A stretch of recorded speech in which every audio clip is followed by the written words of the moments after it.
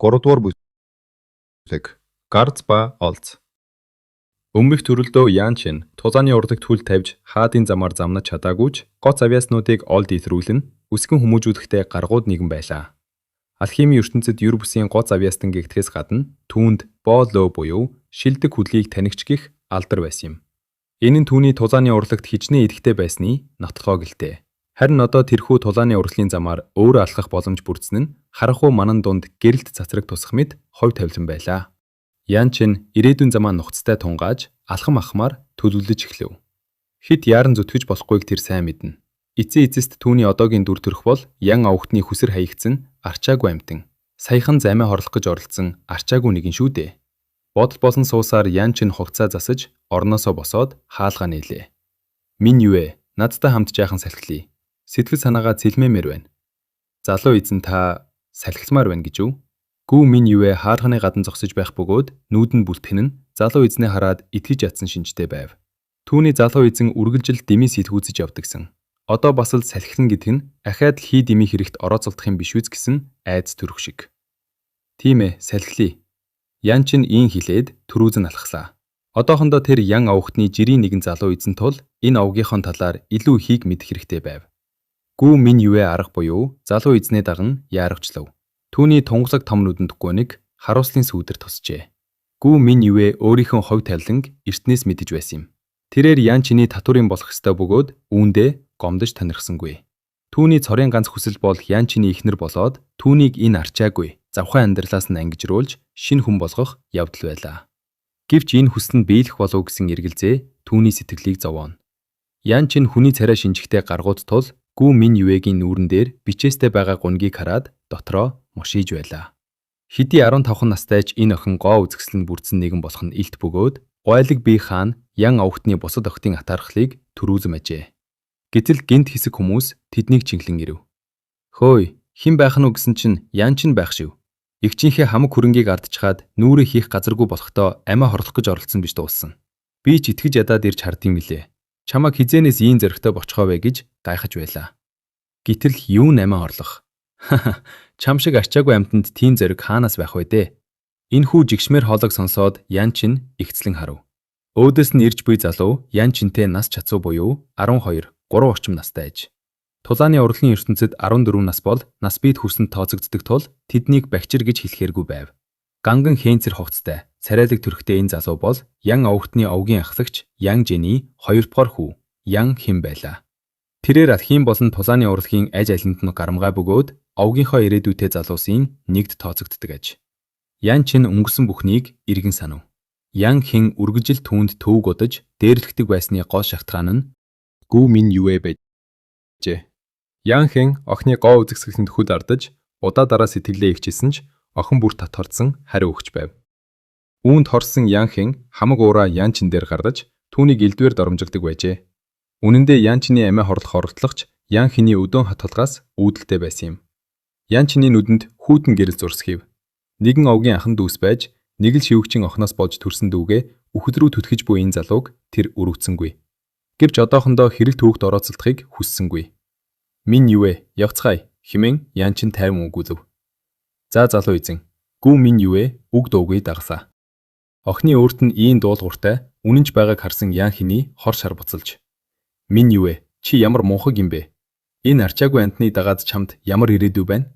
Тэр бол овоосоо хаягдсан хог шар. Намайг дагуул чи жаргана. Би энэ 100 овгийн нутагт нэрээ гаргах хүн. Сайн бод гэж хашрав. Ян Чин байрандаа зогтөрч гүү минь юу вэ рүү харлаа. Үнэндээ хинч байсан Ян Хиний үгэнд толгой эргмээр байв. Гэтэл гүү минь юу вэ шүд зүүн байж. Ян Хин, би зөвхөн залуу эзэн Ян Чинийг л мэднэ. Би чамд зөндөө олон удаа үгүй гэж хэлсэн. Залуу эзэнтэйгээ хамт зовж зүдэрсэн ч би бэлэн. Надад битгий төвгүүд гэж эрс шийдэнги хэллээ. Ян Чиний сонирхол төрж эхлэв. Тэрээр гүү минь юуэг өөрийнхөө ард хамгаалан зогсоолоо. Энэ үйлдэл охиныг дайхшуулж биеийн үл мэдэг чичирнэ. Хизэнээс залуу эзэн нь ийм эр хүншиг болчихоо вэ. Өмнө нь бол ийм үед хамгийн түрүүнд зүгтдэг байсан шүү дээ.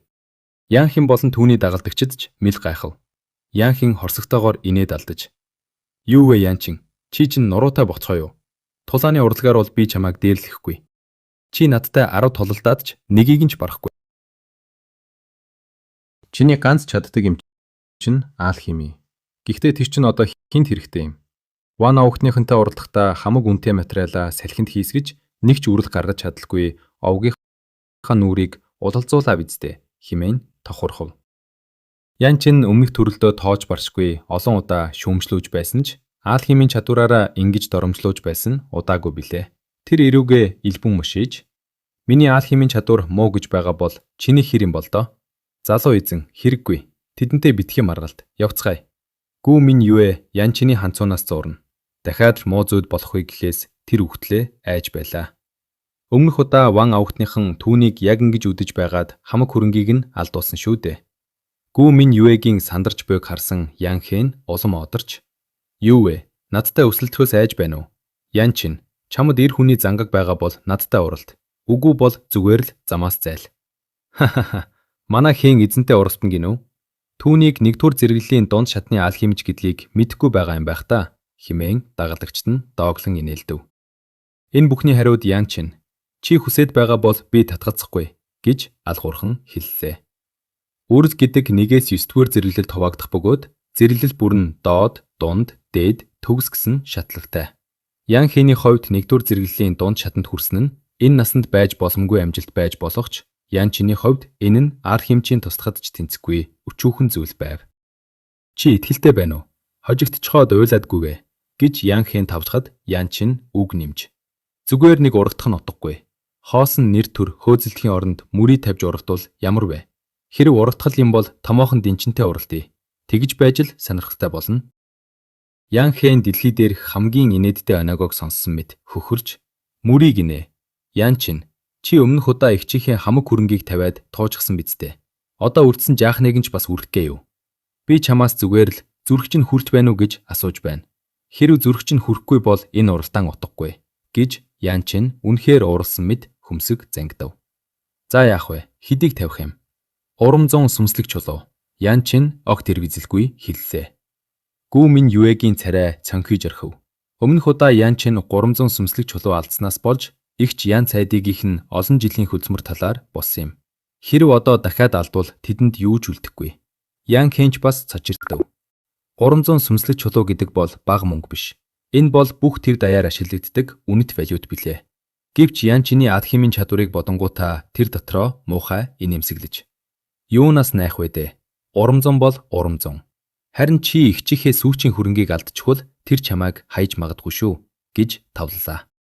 Тэр Ян чинийг хожно гэдэгтээ 100% итгэлтэй байв. "Миний хэрэгт битгий хошууdur. Уралдах юм бол хурдан бэлтгэлээ базаа." Ян чин ийн хилээд үл мэдэг инээмсэглэв. Ян Хэн түүнийг өмнөх Ян чин биш болсныг яаж мэдэх вүлээ? Ян чиний айж байсан ганц зүйл нь Ян Хэн мөрий тавихаас татгацхгүй гэх явдал байлаа. Урамзун сүнслэг чулуу. Амиа хорлсон өмнөх Ян чиний ардсан бүхнийг эргүүж авах цаг нь болжээ.